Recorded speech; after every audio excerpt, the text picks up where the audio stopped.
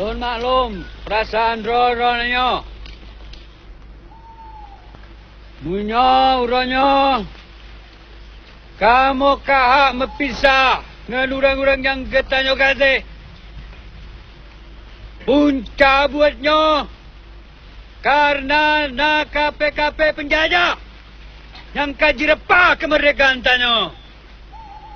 Hak milik tanyo, tanah belang tanyo. Mungkin sama nyawang tanyo mandung. Dan kepada saudara-saudara lun yang jah hijrah ugle, nasabah buat yang mulia, lun bertanggung jawab. Yang uleh dro-dronanya wajib nak kerja. Tidak, dengan peraya anak-anak kitanya. Nebacai kayak perang sabi dalam udip awaknya. Pejet ke anak-anak dengan bah. Pejet ke anak-anak dengan selawat.